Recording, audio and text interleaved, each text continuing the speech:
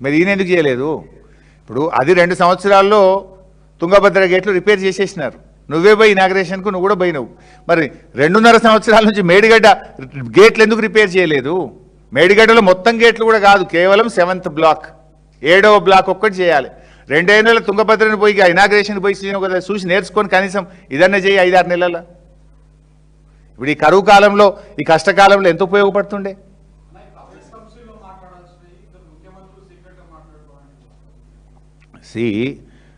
Apex కౌన్సిల్లో issue వచ్చినప్పుడు పరిష్కారానికి మాట్లాడాలి. మీరు ముగ్గురు సీక్రెట్గా మాట్లాడితే మాకు డౌట్ ఏంటంటే ఇక్కడ చాలా ఇంటర్లింకింగ్ ఉన్నాయి. ఒక్కొక్క ఇష్యూ ఒకదానికొకటి ఇంటర్లింక్ అయి ఉన్నది.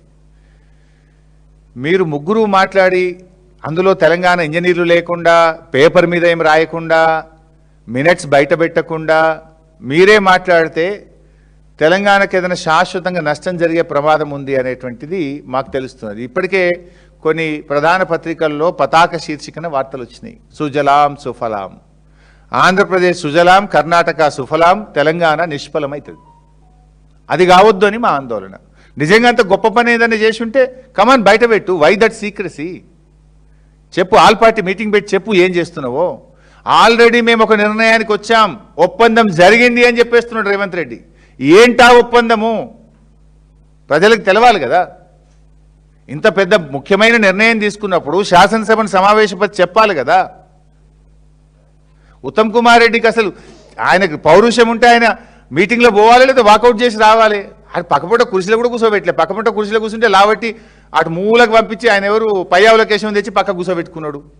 నేను మీటింగ్లకు రానియాడు, పక్కపూట కూడా కూర్చొనియాడు. ఇక నీకేమి చేతున్నది? Thank you. అదేందో ఈరోజు ప్రజలకు చెప్పాల్సినటువంటి అవసరం ఉంది. ముఖ్యమంత్రి గారైతే మరి బయటకు వచ్చి ఏదో చారిత్రక ఒప్పందం చేసుకుందామని సంబరాలు చేసుకుంటా ఉన్నారు. ఇప్పుడు ఒకవైపు ఏమో రాష్ట్రంలో ఏం జరుగుతూ ఉంది? తెలంగాణ ప్రయోజనాలకు తీవ్ర విఘాతం కలిగించే విధంగా కర్ణాటక రాష్ట్రము తుంగభద్ర ప్రాజెక్టుకు దిగువన, ఆర్డీఎస్ ఎగువన 35 టీఎంసీల వినియోగంతో నవేలి రిజర్వాయర్ ఒకటి నిర్మాణానికి కర్ణాటక పూనుకున్నది. ఇంకొక వైపు ఆంధ్రప్రదేశ్ ఆర్డీఎస్ దిగువన, సుంకేశుల ఎగువన 20 టీఎంసీల సామర్థ్యంతో గుండ్రేవుల అనేటువంటి ఒక ప్రాజెక్టు నిర్మాణానికి ఆంధ్రప్రదేశ్ పూనుకున్నది. అది 35, ఇది 20, అంటే 55 టీఎంసీల నిల్వ సామర్థ్యంతో అటు కర్ణాటక ఇటు ఆంధ్రప్రదేశ్ 2 ప్రాజెక్టులకు రూపకల్పన. నిల్వ సామర్థ్యంతో అటు కర్ణాటక ఇటు ఆంధ్రప్రదేశ్ 2 ప్రాజెక్టులకు రూపకల్పన చేసింది. అయితే ఈ ప్రాజెక్టుల విషయంలో ఆనాడు బ్రిజేష్ కుమార్ ట్రిబ్యునల్ ముందు కూడా వాదనలు జరిగినాయి. వాదనలు జరిగితే బ్రిజేష్ కుమార్ ట్రిబ్యునల్ చాలా స్పష్టంగా చెప్పింది. ఆంధ్రప్రదేశ్ ఏం చెప్పిందంటే, ఆ రోజు మాకు సిల్టేషన్ అయింది, మేము గుండ్రేవులు కట్టుకొని 20 టీఎంసీలు నిల్వ చేసుకుంటాము అని చెప్పి బ్రిజేష్ కుమార్ ట్రిబ్యునల్ ముందు చెప్తే, బ్రిజేష్ కుమార్ ట్రిబ్యునల్ 2013లో తాను ఇచ్చినటువంటి జడ్జిమెంట్లో స్పష్టంగా చెప్పిండ్రు, కొత్తది కట్టాల్సిన అవసరం లేదు, సిల్టేషన్ ఏదన్నా ఉంటే మీరు ప్రత్యామ్నాయం సిల్ట్ ఎలా తీయాలో ఆలోచించుకోండి తప్ప గుండ్రేవులకు నీటి కేటాయింపులు చెయ్యము అని ట్రిబ్యునల్ స్పష్టంగా చెప్పింది. తర్వాత బీఆర్ఎస్ ప్రభుత్వం వచ్చిన 9.5 సంవత్సరాల్లో కూడా ఆంధ్రప్రదేశ్ ప్రభుత్వం ఈ ప్రాజెక్టును నిర్మించేటువంటి ప్రయత్నం చేస్తే మేము చాలా తీవ్రంగా అపోజ్ చేసినాం. ఆ గుండ్రేవుల ప్రాజెక్టు ఆ రోజు తెలంగాణ రాష్ట్ర ప్రభుత్వ తీవ్రంగా అయినటువంటి నిరసన చెప్పడం ద్వారా, మేము అపోజ్ చేయడం ద్వారా, అన్ని ఫోరమ్స్లో రైజ్ చేయడం ద్వారా అది కోల్డ్ స్టోరేజ్లోకి పోయింది. కానీ ఇప్పుడు తమ అనుయాయుడే ఇక్కడ రాష్ట్ర ముఖ్యమంత్రిగా ఉన్నాడు, నా శిష్యుడే ఇక్కడ ముఖ్యమంత్రి ఉన్నాడని చెప్పి మళ్ళీ ఇప్పుడు గుండ్రేవులను తెరపైకి తెచ్చినారు. ట్రిబ్యునల్ వద్దన్నది ఆనాడు 9.5 ఏళ్ళు బీఆర్ఎస్ ఆపింది. మళ్ళీ ఇప్పుడు గుండ్రేవుల ప్రాజెక్టు ఇటు ఆంధ్రప్రదేశ్ పైకి తీసుకొచ్చింది, అటు నవేలి ప్రాజెక్టును కర్ణాటక పైకి తెచ్చింది. అంటే ఇవాళ తుంగభద్ర మీద 55 టీఎంసీలతో వచ్చే ఈ 2 రిజర్వాయర్లు రేపు తెలంగాణకు తీవ్ర నష్టం చేస్తాయి. Tungabhadra ultimately it comes to Srisailam. ఒక ఆర్డీఎస్కు కాదు, శ్రీశైలం కూడా రేపు నీటి ఫ్లో తగ్గడం ద్వారా రేపు శ్రీశైలం మీద ఆధారపడ్డ కల్వకుర్తికి కానీ, పాలమూరు రంగారెడ్డి ఎత్తిపోతల పథకం మీద కూడా ఇది తీవ్రమైనటువంటి ప్రభావం చూపుతుంది.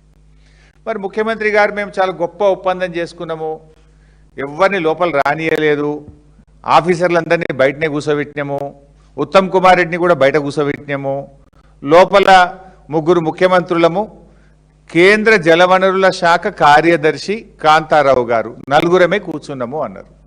సరే, కాంతారావు ఎవరు? ఆయన ఆంధ్రప్రదేశ్ ఆరిజిన్, ఆంధ్రప్రదేశ్ రాష్ట్రంతో అనుబంధం ఉన్న వ్యక్తి.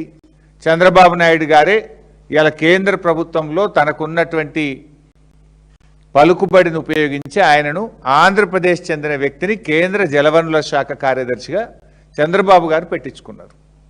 మరి ఆ మీటింగ్లో ముగ్గురే ముఖ్యమంత్రులు, కేంద్ర జలవనరుల శాఖ కార్యదర్శి, నలుగురే కూర్చున్నారు. మీరు చేసిన ఆ సీక్రెట్ అగ్రిమెంట్ ఏంది? ఏం అగ్రిమెంట్ చేసిందో ఇలా రాష్ట్ర ప్రజలకు తెలవాల్సిన అవసరం ఉంది, స్టేక్ హోల్డర్స్ అందరికీ తెలవాల్సినటువంటి అవసరం ఉంది. నీకేమో అవగాహన తక్కువ, ఆగమాగం ఎక్కువ నీకు. ఎందుకంటే నువ్వు గతంలో అనేక విషయాలు కూడా మాట్లాడినావు. దేవాదుల ఏ బేసిన్లో ఉంది, నల్లమల్ల ఆంధ్రప్రదేశ్లో ఉంటుందా, తెలంగాణలో ఉంటుందా, బచావత్కు బ్రిజేష్ కుమార్ ట్రిబ్యునల్ మధ్య కూడా తేడా తెలియని విధంగా నువ్వు ఎన్నిసార్లు మాట్లాడినవో, ఎన్నిసార్లు అభాస్పాలైనవో, కనీస అవగాహన లేని రహిత్యాన్ని ఎలా బయట పెట్టుకున్నావో రాష్ట్ర ప్రజలందరికీ తెలుసు.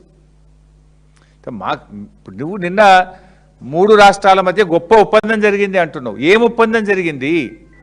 ఇప్పుడు మనకు ఆర్డిఎస్ ప్రాజెక్టుకు 15.9 టీఎంసీల నీళ్లు రావాలి, రావడం లేదు. ఆనాడు కేసీఆర్ గారు తుమ్మిళ్ళ లిఫ్ట్ పెట్టి కనీసం 50,000 ఎకరాల కన్నా నీళ్ళు వచ్చేటట్టు చేసిండ్రు. నువ్వు నిన్నటి మీటింగ్లో కేంద్ర మంత్రితోని మాకు ఆర్డిఎస్కు ట్రిబ్యునల్ అవార్డు ప్రకారంగా రావాల్సిన 15.9 టీఎంసీలు రావడం లేదు అని చెప్పి ఏదైనా స్పష్టమైన హామీ తీసుకున్నావా? చెప్పు నువ్వు ప్రజలకు. లేదు, తుంగభద్ర మీద ఇలా కర్ణాటక కురిడి అనే ఒక ప్రాజెక్టు 2 టీఎంసీల ప్రాజెక్టు కడతా ఉంది, చిక్కాలపరివి అని 2.5 టీఎంసీల బ్రిడ్జ్ కమ్ బ్యారేజ్ కడతా ఉన్నారు, చిక్కాల మంచి అని 5 టీఎంసీల బ్రిడ్జ్ కమ్ బ్యారేజీ కడుతున్నారు. అంటే ఇవి ఒక 9.5 టీఎంసీలు. ఈ 9.5 టీఎంసీలతో 3 బ్యారేజీలు ఈరోజు కడతా ఉంటే దీన్ని ఏమన్నా అడ్డుకోవడానికి, దీనివల్ల తెలంగాణకు నష్టం జరుగుతుందని చెప్పి నువ్వేమన్నా స్పష్టమైన హామీ పొందినవా? చెప్పు నువ్వు. ఆర్డిఎస్కు 15.9 పక్కా ఇస్తామని కానీ, కర్ణాటక అనుమతులు లేకుండా అక్రమంగా నిర్మిస్తున్నటువంటి ప్రాజెక్టులు నిలిపివేస్తామని ఏదైనా స్పష్టమైన హామీ మీరేమన్నా సిఆర్ పాటిల్ గారి నుంచి పొందినరా? ఈ రాష్ట్ర ప్రజలకు చెప్పాలని మేము అడుగుతా ఉన్నాం. ఎందుకంటే ఇవాళ ముఖ్యమంత్రి గారు ఏమంటూ చాలా అద్భుతం జరిగింది. ఏం అద్భుతం?